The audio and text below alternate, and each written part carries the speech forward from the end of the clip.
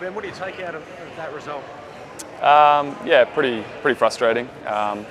Obviously, the team's happy that we got a point in the end, and we scored a great goal with Iran Kunda at the end there.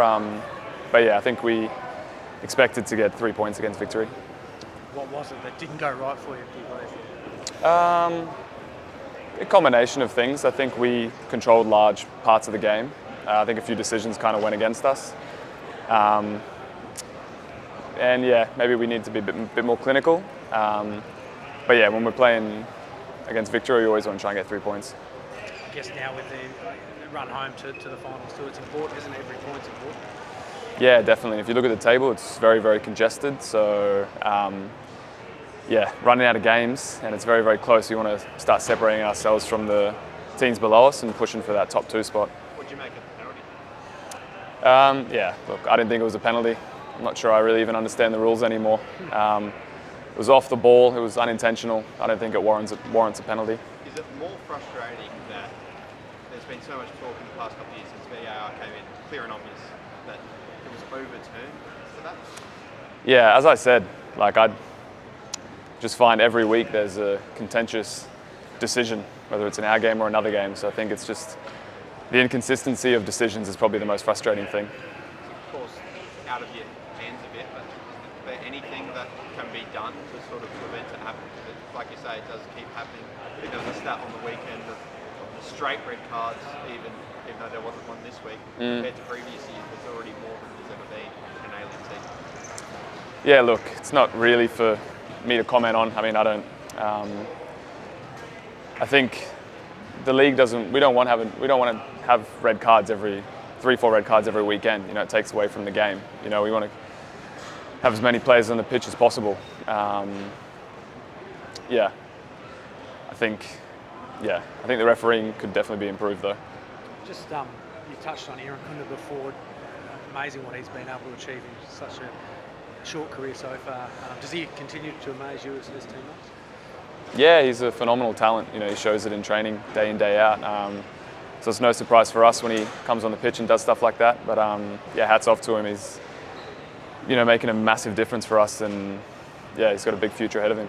Do you think you'll have him long? I mean, there's probably some international sort of openings there.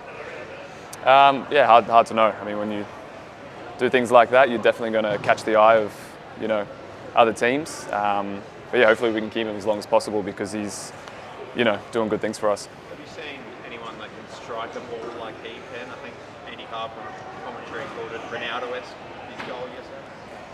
Yeah, I mean, he's got a great shot in him. I've seen a lot of players with good technique in my time. But yeah, his, you know, raw power and physicality for a 17-year-old is very impressive.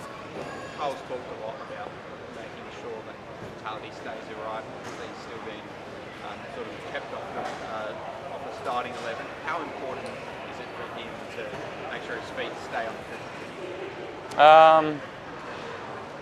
Yeah, look, he's still, you know, he's a young boy, he's 17, so I think we've got a good team that's always, you know, very encouraging of Nesta, but at the same time, we are a team, and it is a team sport. So, you know, I think he's got his feet firmly on the ground and knows that he's still got a lot of room to improve, and, you know, he has so much potential, so it's really up to him how far he wants to go with it. I'd imagine the belief within the group is still pretty strong that you can go all the way, but how far off your best are you at the moment? Yeah, I think, you know, we're 7 games unbeaten now. I think we've been a bit unlucky, you know, conceding late goals as well and not getting wins when we probably should have. So I think, and we're probably not playing our best football at the moment. So I think that's a good sign that, you know, we have room to improve, but we're still, you know, in the top 2 or 3 teams in the league at the moment. It was a pretty fiery affair as well. It always is against Melbourne Victory. What'd you make of that?